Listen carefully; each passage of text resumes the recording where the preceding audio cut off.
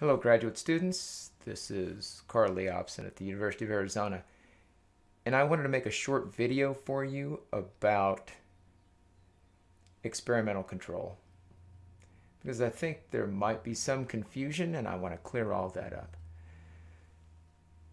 Experimental control is really a defining element in single case design. What the researcher wants to do is to show that when they change the conditions in the environment, that the behavior changes. So let's start by looking at the Gardino graph. And you can see that there is the baseline where the classroom was arranged as it had always been, and they collected data on engagement and problem behavior. Then the conditions change and they change the classroom environment and they show that it creates a change in behavior. This is a simple A-B design.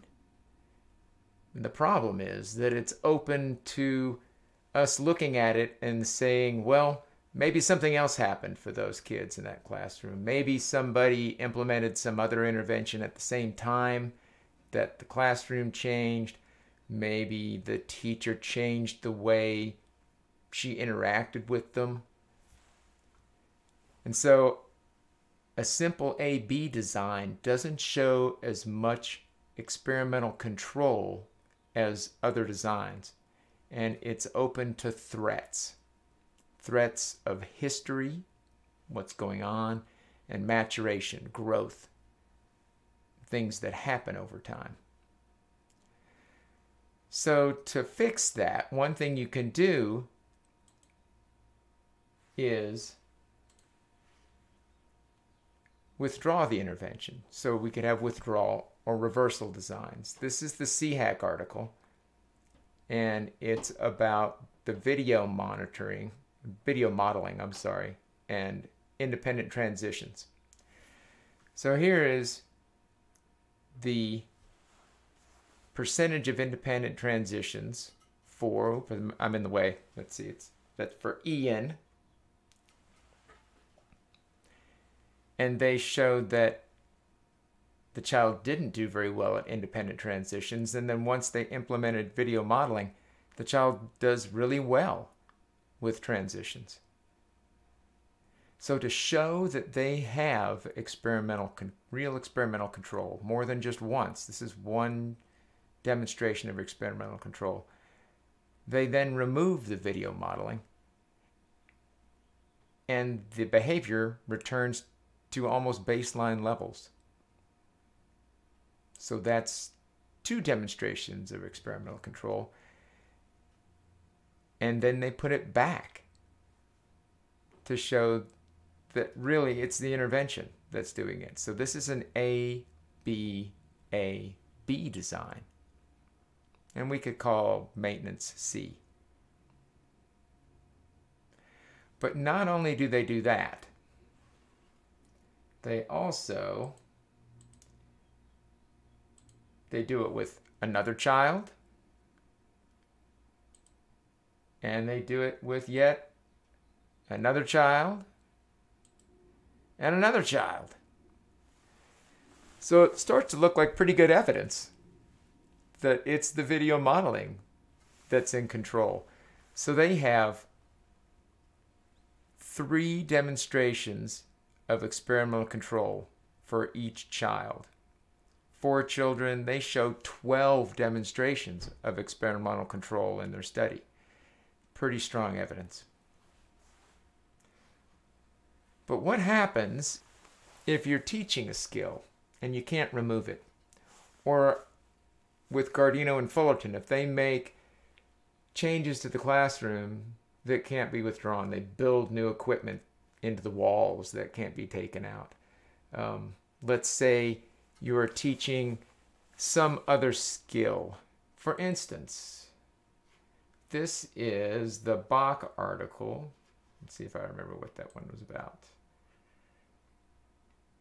Oh, yes, this is the one where they taught the students they taught the SOTA strategy, right? So they taught a strategy for improving performance. And they collected data here. It looks like an A-B design, right? They couldn't remove the teaching of that strategy. Once they've taught it, the kid knows how to use it. But what they did is they showed it across cooperative learning, okay? And they showed it across another behavior. They also showed it across game playing. So this is a multiple baseline design, right? So first they implement the intervention, and they're taking baseline data on cooperative learning and game playing, and in fact they also take data on visiting, time spent visiting at lunch, right? And the way they control for threats here is to say, I'm going to keep on having the baseline conditions for these other two behaviors, for the game playing and the visiting at lunch. But I'm going to implement for cooperative learning skill, I'm going to teach my strategy. And look, when I teach the strategy, Bill's behavior improves. Peers are already at that level, and his behavior approaches peer behavior. Next, I'm going to wait until it shows some behavior change in the first behavior, and I'm going to then teach my SOTA strategy in the game playing situation. And look what happens. It's got to be the strategy. Something else could have happened, but it looks like just when I teach my strategy that the behavior improves. And in fact, I'll do that a third time. Now I'll teach this strategy to help this child learn to visit at lunch. And when I do, the behavior improves. Okay? So there are 1, 2, 3 demonstrations of experimental control here. Each time the experimenter introduces the intervention, the behavior changes. Okay? We have another example of that in the Narringer article. This is a multiple baseline. This one's much more complicated. This is the group home situation where they were teaching food storage skills, menu development skills, and meal preparation skills to people who were actually the staff who were working in the group home. So if they would have just taught correct food storage skills, they would have a simple A-B design. They weren't doing a good job of storing food. Then I taught the food storage skill, and they did a great job of storing the skills, the food. But what makes for the better argument is to say, well, I didn't teach them about menu development during that time. But then when I taught menu development, their behavior improved in terms of developing better menus. And then I waited and I implemented meal preparation training, and their meal preparation skills improved.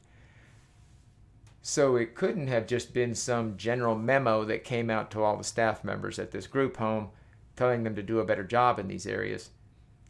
It didn't happen all at once. It only happened when I implemented my intervention.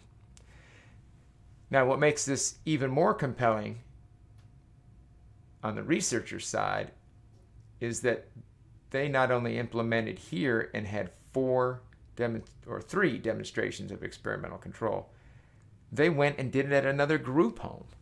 So they had group home 1 and group home 2.